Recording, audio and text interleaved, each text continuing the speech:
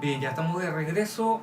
Recordarles que usted está oyendo en sintonía la radio 103.4 FM y también está disponible a través de el sitio web www.radiosalvacionfmchile.com. Hemos ya mencionado nuestras redes sociales, puede comenzar a buscarnos a través del fanpage y así enterarse también del resto de canales de comunicación a través del fanpage Con Brazos Abiertos. Ya estamos transmitiendo también por ahí Facebook Live para que usted pueda seguirnos, y vamos a ir, y quiero invitarle que vayamos de inmediato a lo que es la palabra del Señor. Vamos a comenzar, como decía, con el pasaje, está en primer libro de Samuel, capítulo 22 y el versículo 1. Dice la palabra del Señor: yéndose luego David de allí, huyó a la cueva de Adulam. Y cuando sus hermanos y toda su casa, la casa de su padre, lo supieron, vinieron allí a él y se juntaron con él. Ponga atención por favor a esto: todos los afligidos y todo el que estaba endeudado y todos los que se hallaban en amargura de espíritu. Y fue hecho jefe de ellos, y tuvo consigo como 400 hombres. ¿Qué es lo que me llama la atención? Quiero que nosotros podamos en algún momento dimensionar. Vamos a estar, si Dios lo permite de esa manera, 4 días hablando acerca de esta historia, que es tanto lo que podríamos hablar. Y yo quiero que podamos tener una visión profunda respecto a este pasaje. No vamos a agotar los temas, pero hay grandes enseñanzas que nosotros podemos rescatar a través de este pasaje. Y hoy, los próximos minutos que nos quedan, nos vamos a centrar solamente en una idea, que va a ser el tema de nuestro mensaje. ¿Qué es lo que sucede acá? Vamos a contextualizar un poco la historia que acabamos de leer. Yéndose luego David de allí, huyó a la cueva de Adulam. ¿Quién es David? Quizás para nuestros auditores, o si nos está viendo por primera vez, no sé en qué parte de Chile, a través de las redes sociales, o en cualquier parte del mundo de habla hispana. Y nos preguntamos quién es David. David lo conocemos por ser un hombre tremendo en las manos de Dios, por ser el hombre que llevó a la nación de Israel a sus grandes victorias, a ser el gran imperio en el que se convirtió en manos de su hijo Salomón. Pero ese es básicamente el producto llamado o conocido como David. Pero David no siempre fue eso. David, cuando él comenzó, era un muchacho que pastoreaba ovejas en la casa de su padre, en la familia de su padre, y él era el menor de los hermanos. Nadie lo tomaba mucho en cuenta, nadie se fijaba mucho en él, hasta que un día vino un profeta de Dios y le habla al padre de David, a Isaí, y le dice que David es necesario que él sea ungido. La historia es más larga, por supuesto, solo quiero resumirlo un poco. Y le dice: David va a ser el próximo rey de Israel. David va a ser el próximo rey que Dios va a levantar. Dios ha puesto la mirada en David como el hombre que va a tener su corazón. Dios ha puesto la mirada en David como el hombre que lo va a representar, que va a dirigir una nación. Y yo me imagino, si usted y yo podemos ponernos en el lugar de David, lo impresionante que debe haber sido. ¿Cómo se sintió David en ese momento? David ya tenía una relación con Dios desde hacía bastante tiempo. La Biblia nos enseña de que David había matado osos, había enfrentado leones, defendiendo las ovejas que él pastoreaba. Él había compuesto salmos, había escrito cánticos. Él era, y es conocido como el dulce cantor de Israel. Entonces David ya tenía desde sus inicios una relación íntima con Dios, una relación de padre e hijo, una relación de creador, criatura, y él adoraba a Dios desde temprana edad. Pero cuando viene una palabra de parte de un profeta y le dice: tú vas a ser el próximo rey de Israel, Dios te ha escogido como rey, David debe haberse sentido como alguien súper especial, como alguien que estaba recibiendo una condecoración que no merecía, como alguien que estaba siendo escogido por Dios para una misión en la cual ni siquiera él estaba preparado. Él no correspondía a la estirpe, él no tenía el linaje real, él era simplemente un pastor de ovejas. Y de acuerdo a la cultura hebrea, él estaba destinado para ser todo el resto de su vida un pastor de ovejas. Entonces de pronto aparece Dios y le transforma la vida, le da un título que él no soñaba, y él a partir de ese momento, creo yo, y estoy seguro, que se sentía como alguien completamente especial. Seguramente durante muchos años de su desarrollo, de su crecimiento, él seguía con esta convicción: Dios me ha llamado, Dios me ha escogido, Dios me ha seleccionado, Dios tiene grandes cosas para mí. Como seguramente los que me están escuchando en este momento en algún momento también se han sentido, nos hemos sentido como gente que ha recibido una palabra de Dios, que nos ha hecho soñar, que nos ha elevado a lugares altos y que nos hemos sentido caminando casi sobre las nubes. Dios ha sido bueno y nos ha dado tremendas promesas. Y ahora quiero llevarle al lugar en donde acabamos de leer. David huyó. David se fue a esconder a una cueva. ¿Qué pasó? Me pregunto yo. ¿Qué hace que un hombre que tenga semejantes promesas de Dios, semejantes palabras de Dios, ahora esté escondido? Él no fue a ayudar a otros, él fue a esconderse. Él fue porque tenía miedo. Nadie se esconde porque sí, él se esconde porque tiene miedo, él está huyendo. Y está huyendo del rey Saúl. ¿Qué hizo David, me pregunto yo, para estar escondido? Alguien podrá pensar o imaginarse: David está huyendo, David se está escondiendo porque él cometió un pecado, porque él fracasó.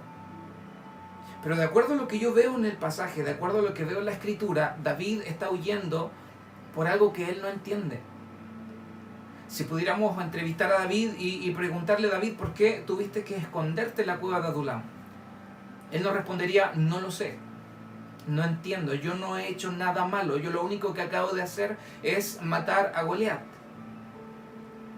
De pronto estaba atendiendo a mis hermanos, obedeciendo las órdenes de Isaí, y veo que todos están acobardados, temiendo, porque hay un paladín guerrero de los filisteos, llamado Goliat, un gigante, el cual los tiene a todos tremendamente asustados, aterrados.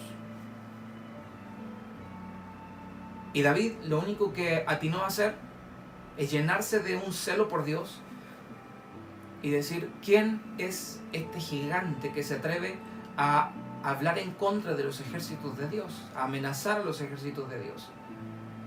Entonces David vence finalmente. Usted ya conoce la historia. Toma una lanzapiedras, una honda, 5 piedras lisas del arroyo, las pone en su arma y las lanza para finalmente derrotar a Goliat. Y Goliat muere. David le corta la cabeza a Goliat. Él toma como un tesoro la espada de Goliat. Y todo el pueblo comienza a elevar un canto acerca de David. Un canto que dice: David, o mejor dicho, Saúl mató a miles, pero David mató a 10.000. Y comienza la fama de David a crecer, a un punto donde el rey Saúl comienza a tener celos de David. Y comienza la persecución en contra de David. Y David en ese momento decide esconderse, decide huir. Entonces ya he puesto al día a muchas personas que quizás no conocían la historia, pensando que alguien no la conocía o no la recordaba. Y viene esta pregunta que es el tema de esta noche, lo que nos convoca hoy día. ¿Por qué David tuvo que escapar? ¿Por qué David tuvo que esconderse? ¿Por qué David tuvo que huir? ¿Qué está pasando por la mente de este hombre que conoce a Dios? Que acaba de vencer a un gigante, que acaba de tener tremendas victorias, grandes triunfos, Y hay una pregunta que seguramente él se hizo y es la que quizás muchos de nosotros nos hemos hecho en algún momento. Esa pregunta es: ¿y dónde está Dios? Yo he querido llamar al tema de esta noche: ¿y dónde está Dios? Le pregunto a nuestros auditores: ¿cuántas veces te has hecho esa pregunta? ¿Y dónde está Dios? Te preguntas: ¿qué hice yo? ¿Por qué me encuentro ahora escondido? ¿Por qué me encuentro ahora huyendo? Se supone que yo soy un hijo de Dios, se supone que soy una hija de Dios, se supone que no tenga que estar escapando ni huyendo, pero ¿por qué ahora estoy en esta situación? ¿Por qué ahora estoy sintiendo lo que estoy sintiendo? Quiero invitarle a identificarnos con David. ¿Cuántas veces usted se ha hecho esa pregunta? ¿Dónde está Dios en todo esto? Y llegamos a una conclusión muchas veces, y es la que yo quiero tratar hoy día a través de la Biblia, es que decimos: Dios se ha olvidado de mí. Quiero hablarle hoy día a esa gente que piensa este pensamiento, que tiene este pensamiento: Dios se ha olvidado de mí, Dios me ha desechado, Dios ya no quiere nada conmigo, lo que un día me prometió, hoy día Dios ya no me lo está prometiendo.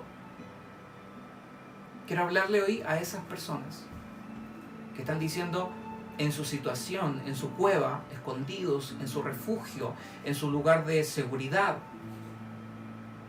están preguntándose: ¿y dónde está Dios que no me ayuda? ¿Y dónde está Dios que no viene a rescatarme? Si Dios estuvo conmigo en otro tiempo para matar a el oso, el león, a Goliat, ¿por qué hoy, frente a esta circunstancia, no veo la mano de Dios? No siento la presencia de Dios. ¿Dónde está Dios? Y eso me lleva a una segunda reflexión. Y es que ese sentimiento no es único de David. Quiero que usted sepa que a muchos, por no decir casi todos los hombres de Dios, les ha pasado esto.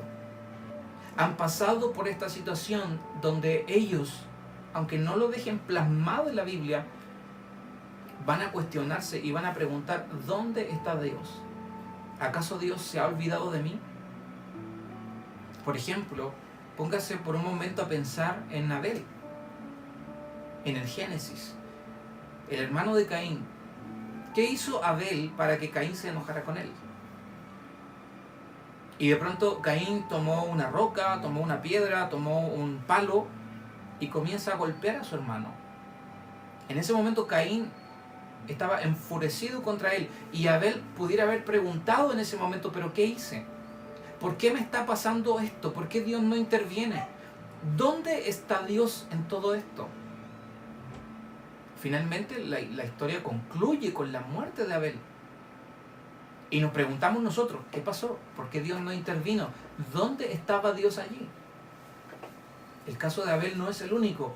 Hay otro caso, por ejemplo, que se me viene a la memoria, es el caso de Noé. Noé tuvo una voz de Dios que le dijo: construye un arca, construye un barco de tales dimensiones. Pero viene un momento donde la gente se junta, los vecinos, la gente cercana, y empieza a burlarse de Noé. Y Noé podría haber dicho: ¿y dónde está Dios? ¿Por qué Dios permite que la gente se burle de mí? ¿Por qué Dios parece que a veces le da ventaja a mis enemigos sobre mí? ¿Por qué parece que Dios le hablo y está en silencio? No me responde, no lo siento, no lo escucho. ¿Dónde está ese Dios que un día me levantó los brazos, me levantó el ánimo, me dio fuerza, me dio esperanza, pero ahora estoy metido en un hoyo, en una cueva, escondido, sin ganas de nada? ¿Dónde está Dios? Hablamos de Noé, hablamos de Caín, podríamos hablar también de Abraham. En algún momento Dios le dijo a Abraham: voy a hacer de ti una nación grande, te voy a bendecir. Pero también Abraham cometió errores. O Quizás no un error en sí mismo, sino fue débil, fue humano, fue frágil, tuvo hambre. Y teniendo una palabra de Dios, él va a Egipto a buscar comida. Y eso lo hace incurrir en otros errores, como mentir acerca de su esposa, etc. Antes de que Abraham hiciera todo eso, seguramente él se preguntó, ¿y dónde está Dios? Él me hizo una promesa de abundancia, Él me hizo una promesa de que iba a estar conmigo, de que mi descendencia sería numerosa. ¿Y dónde está Dios ahora? No tengo nada para comer. ¿Dónde está Dios? No tengo trabajo. ¿Y dónde está Dios? Tengo problemas con mi familia, en mi matrimonio, con mis hijos. ¿Y dónde está Dios? Voy a la iglesia, pero mis circunstancias no cambian. ¿Dónde está Dios? Sin ir más lejos, quiero recordarle que hubo alguien hace más de 2000 años atrás que estuvo clavado en una cruz. Y él hace una declaración y dice, Padre mío, ¿por qué me has desamparado? Entonces, ¿por qué soy repetitivo contando todos estos ejemplos? Y podríamos encontrar muchos más. Simplemente para que usted se convenza intelectualmente de que usted no está solo ni está sola en su sentimiento. De que no eres la primera persona que se está haciendo esa pregunta. ¿Dónde está Dios? A muchas personas, guiadas por Dios, dirigidas por Dios, enfrentaron esta situación, enfrentaron esta pregunta, ¿dónde está Dios? Dios parece que me dejó, parece que Dios me abandonó, parece que simplemente Dios se olvidó de mí. Yo no sé si puedes sentirte identificado con esa pregunta que todos hemos vivido, que yo también la he vivido, y creo que esa es justamente una de las razones por las que estoy aquí hoy compartiendo este mensaje con ustedes. Porque justamente yo también vengo de un proceso donde pude haberme preguntado, ¿y dónde está Dios? ¿Dónde estuvo Dios? Y te haces todas esas preguntas, todos esos cuestionamientos. Pero ¿sabes qué? Si yo me pongo a pensar en cada una de las historias donde parece que Dios guardó silencio, Dios sabía lo que estaba haciendo. Si vuelvo a preguntarme en la historia de Abel, el asesinato de Abel, ¿Dios sabía lo que estaba haciendo, sí o no? Dios sabía perfectamente lo que él estaba haciendo. Y eso iba a traer un propósito que no alcanzaba a entender Abel y que quizás no lo entendió en los días que estuvo en la tierra. Si me pregunto, Noé, ¿y dónde estaba Dios? Dios guardó silencio, Noé tuvo que enfrentar la burla, pero finalmente Noé, cuando pasó el proceso, cuando pasó la crisis, él pudo ver, pudo entender que Dios estuvo siempre presente, de que Dios nunca lo dejó de lado, de que Dios nunca lo olvidó. Cuando vemos el caso de Abraham, Dios estuvo ahí presente también. Dios no olvidó a Abraham. A pesar de que él cometió errores, como le decía anteriormente, a pesar de que él mintió diciendo que su esposa era su hermana, Dios estuvo ahí para Abraham. Y Dios le apareció en sueño a Faraón y le dijo, ni se te ocurra tocar a la mujer de ese hombre, porque los voy a matar a todos. Y tú dices, Dios está defendiendo a Abraham aún en su pecado, aún en su mentira, lo está justificando. ¿Cómo es posible eso? Pero eso Abraham no lo entendía días antes de tomar la decisión de descender a Egipto. No lo entendía.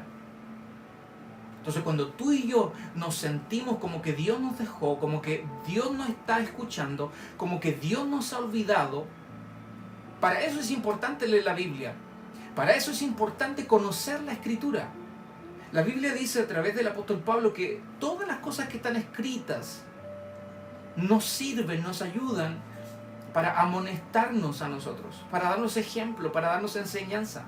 Usted y yo podemos conocer a Dios a través de esas historias y saber cómo Dios actúa, cómo Dios piensa, cómo es el carácter de Dios. Y aprendo a través de estos pasajes que parece que a veces Dios guarda silencio. Parece que a veces Dios no nos quiere responder y por más que tú le hables a Dios, Dios va a guardar silencio. Y tú vas a decir, Dios, no te siento, ya no es lo mismo. ¿Qué pasó? ¿Me equivoqué yo? ¿Fallé yo? ¿Falló alguien más? Porque solamente hoy estamos deteniéndonos en una idea. David entrando a la cueva de Adulam. Pero no nos hemos preguntado lo siguiente, que es lo que vamos a ver los capítulos de mañana o de pasado. David, cuando entró a esa cueva, él no lo sabe, él entró allí con un propósito. David encontró a diferentes personas. No se encontró solamente con afligidos, sino que también había otro grupo de personas, los endeudados. Y además se encontró con otro grupo de personas, los que estaban en amargura de espíritus.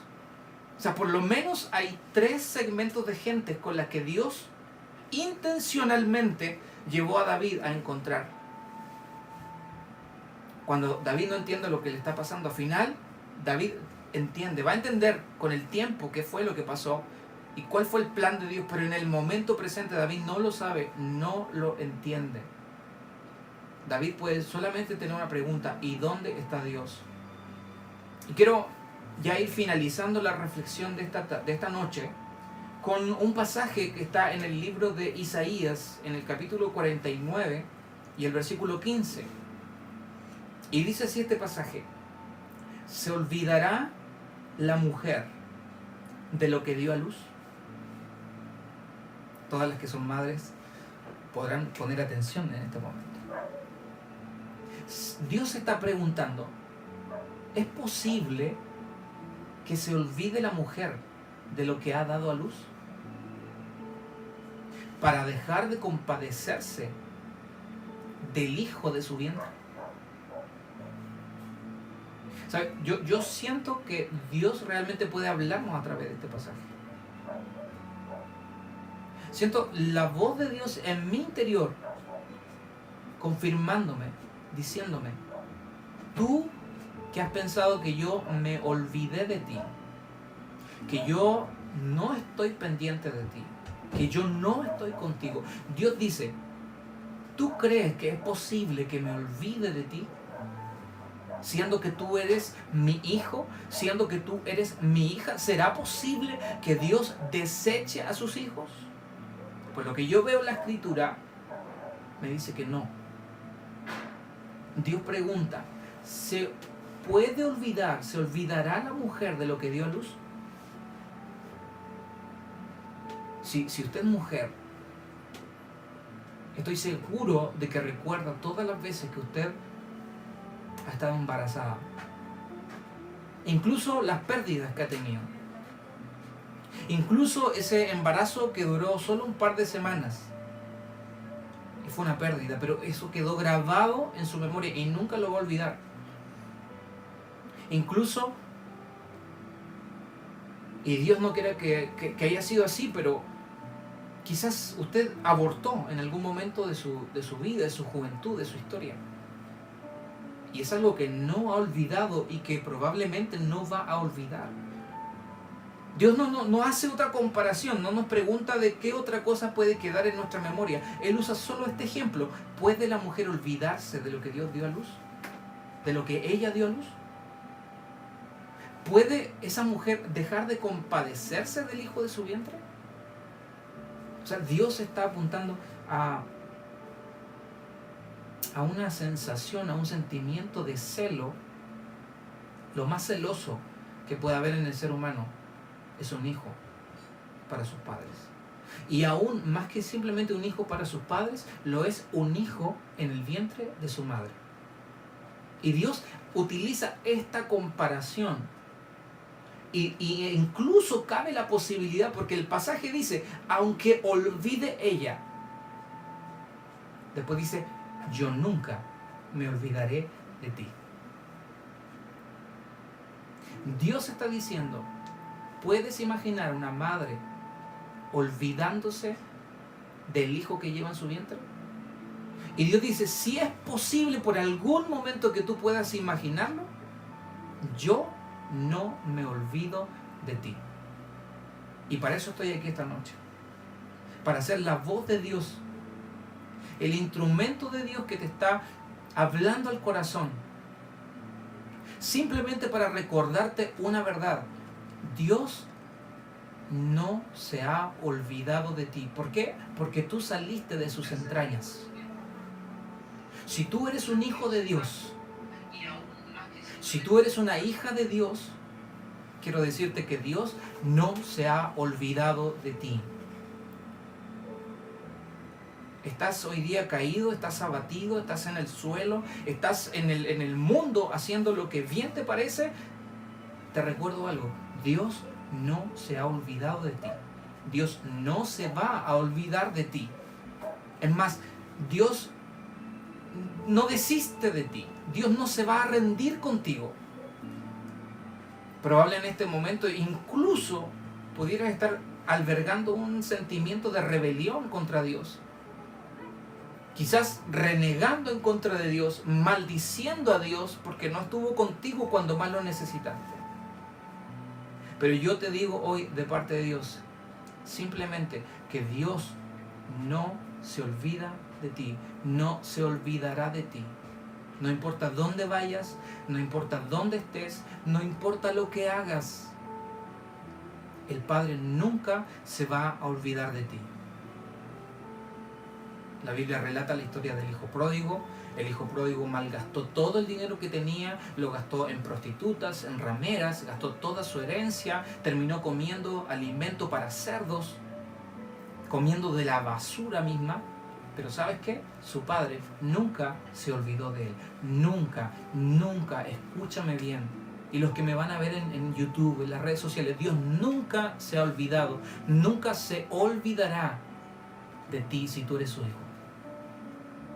Y aquí probablemente surge otra pregunta. ¿Por qué Andrés está haciendo énfasis en que si eres su hijo, ¿acaso no soy hijo de Dios?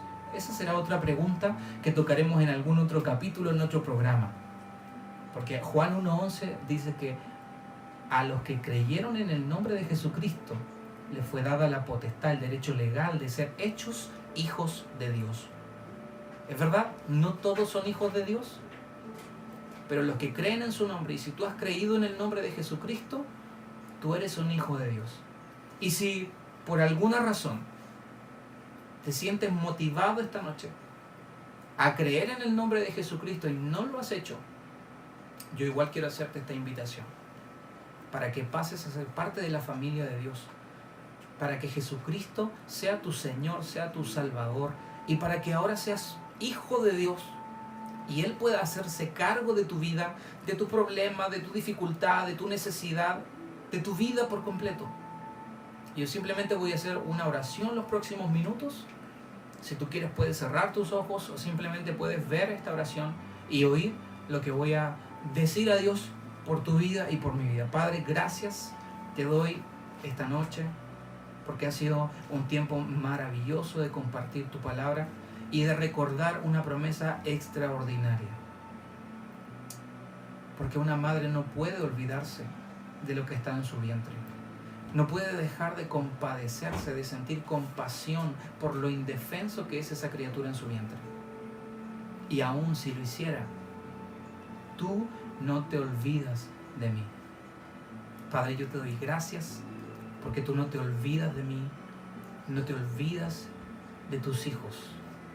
Y si alguien a esta hora de la noche o en el momento que vea esta grabación puede desear con todo su corazón que tú te acuerdes de él, de ella, que simplemente por el hecho de creer en Jesucristo somos hechos parte de la familia de Dios y considerados como hijos de Dios. Que a partir de este momento, Dios, podamos recordar que no somos huérfanos, que tenemos un Padre, que tenemos a alguien que nos defiende, alguien que pelea por nosotros, alguien que nunca nos desampara, por más de que sintamos lo contrario. Gracias, Padre, por todos los que nos van a oír y por todos los que van a creer en ti, por la palabra que hemos compartido esta noche. Gracias en el nombre de Jesús. Amén. Amén.